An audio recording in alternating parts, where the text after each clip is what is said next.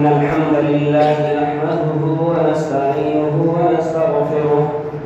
ونعوذ بالله من شرور أنفسنا وسيئات أعمالنا من يهده الله فلا مضل له ومن يضلل فلا هادي له وأشهد أن لا إله إلا الله وحده لا شريك له وأشهد أن محمدا عبده ورسوله يا أيها الذين آمنوا اتقوا الله حق تقاته ولا تموتن إلا وأنتم مسلمون يا أيها الناس اتقوا ربكم الذي خلقكم من نفس واحدة وخلق منها زوجها وبث منهما رجالا كثيرا ونساء واتقوا الله الذي تساءلون به والأرحام إن الله كان عليكم رقيبا يا أيها الذين آمنوا اتقوا الله وقولوا قولا سديدا يصلح لكم أعمالكم ويغفر لكم ذنوبكم ومن يطع الله ورسوله فقد فاز فوزا عظيما أما بعد فإن خير الحديث كتاب الله وخير الهدي هدي محمد صلى الله عليه وسلم وشر الأمور محدثاتها وكل محدثة بدعة وكل بدعة ضلالة وكل ضلالة في النار فأعوذ بالله السميع العليم من الشيطان الرجيم من همزه ونفخه ونفسه يا أيها الذين آمنوا كتب عليكم الصيام كما كتب على الذين من قبلكم لعلكم تتقون وقال النبي صلى الله عليه وسلم من صام رمضان إيمانا واحتسابا غفر له ما تقدم من ذنبه رب اشرح لي صدري ويسر لي أمري واحلل عقدة من لساني يفقهوا قولي سبحانك لا علم لنا إلا ما علمتنا إنك أنت العليم الحكيم. برادران اسلام، حاضرین جمعہ، بزرگوں، نوجوانوں اور عزیز بچوں، اللہ رب العالمین کا بے پایا شکر و احسان ہے کہ اس نے ہمیں رمضان المبارک جیسا ایک عظیم الشان مہینہ عطا فرمایا اور لاکھوں اور کروڑوں شکر ہمیں ادا کرنا چاہیے اللہ رب العالمین کے لیے کہ اس نے ہمیں اس رمضان المبارک کے مہینے تک پہنچایا، ورنہ ہمارے کتنے ایسے بھائی ہیں جو گزشتہ رمضان میں تھے لیکن انہیں یہ رمضان نصیب نہیں ہو سکا۔ ان میں سے کتنے لوگوں نے اپنے دل میں یہ عزم کیا ہوگا کہ آنے والے رمضان میں ہم اپنی مغفرت ضرور و ضرور کروا لیں گے، ہم اپنے آپ کو جہنم سے ضرور آزاد کروا لیں گے، لیکن آج ہم میں سے بہت سے لوگ ایسے ہیں جو گزشتہ رمضان میں تھے لیکن اس رمضان میں نہیں۔ تو اللہ رب العالمین کی بہت بڑی نعمت ہے کہ اس نے ہمیں رمضان المبارک کا یہ بابرکت مہینہ نیکیوں کا، برکتوں کا اور اسی طرح سے مغفرت اور جہنم سے آزادی کا یہ ایک موسم بہار ہے جو ہمیں ملا ہے۔ ہمیں نعمتوں کی قدر کرنی چاہیے۔ میرے بھائیوں، اس نعمت کی قدر اگر ہم دیکھیں کہ حدیث رسول میں پیارے نبی صلی اللہ علیہ وسلم نے اس رمضان کے بارے میں کیا فرمایا۔ حضرت طلحہ بن عبید اللہ رضی اللہ عنہ کہتے ہیں کہ پیارے نبی صلی اللہ علیہ وسلم کی خدمت میں دو لوگ حاضر ہوئے اور دونوں نے ایک ہی دن اسلام قبول کر لیا۔ ان دونوں میں سے ایک شخص جو بہت زیادہ نماز پڑھنے والا، جو بہت زیادہ عبادت گزار تھا، اللہ رب العالمین کی عبادتوں میں ہمیشہ منہمک رہتا تھا، اسی طرح سے وہ شخص اللہ کے راستے میں جہاد کرنے والا بھی تھا۔ ایک دن ایسا ہوا کہ وہ اللہ کے راہ میں جہاد کرتے کرتے اللہ کے راستے میں شہید ہو گیا۔ اس نے اپنی جان کا نذرانہ پیش کر دیا اللہ رب العالمین کی راہ میں، لیکن اس کا جو دوسرا ساتھی تھا، اس کا دوسرا ساتھی وہ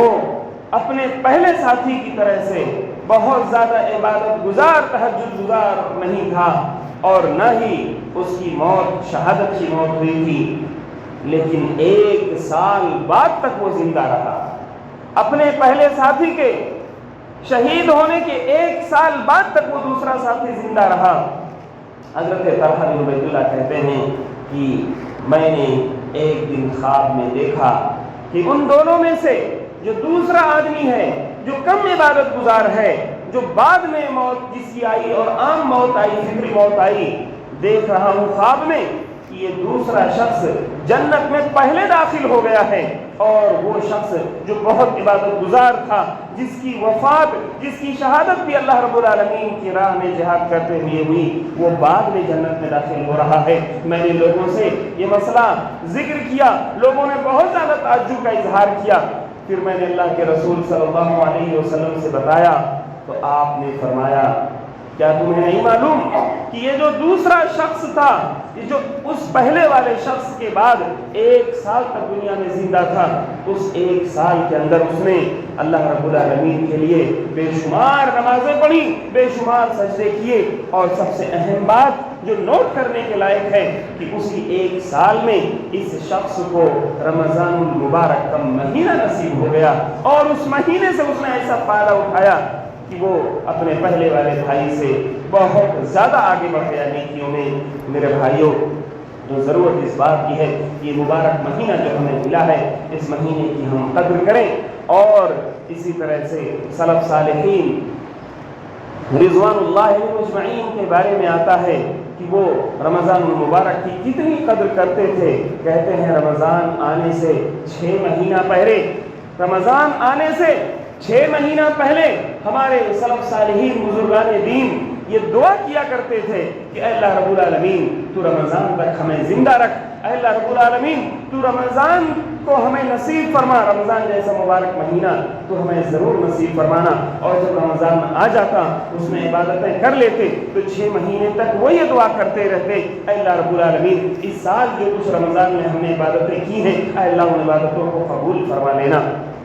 تو یہ سلف صالحین کا، ہمارے بزرگان دین کا یہ طریقہ کار تھا رمضان کو لے کر کے۔ تو رمضان کا مہینہ مل جانا میرے بھائیوں یہ بہت عظیم اور بہت بڑی نعمت ہے کہ نیکیوں کا موسم بہار ہے۔ اس موسم بہار سے جس قدر ہم چاہیں فائدہ اٹھا لیں۔ میرے بھائیوں، اللہ کے رسول صلی اللہ علیہ وسلم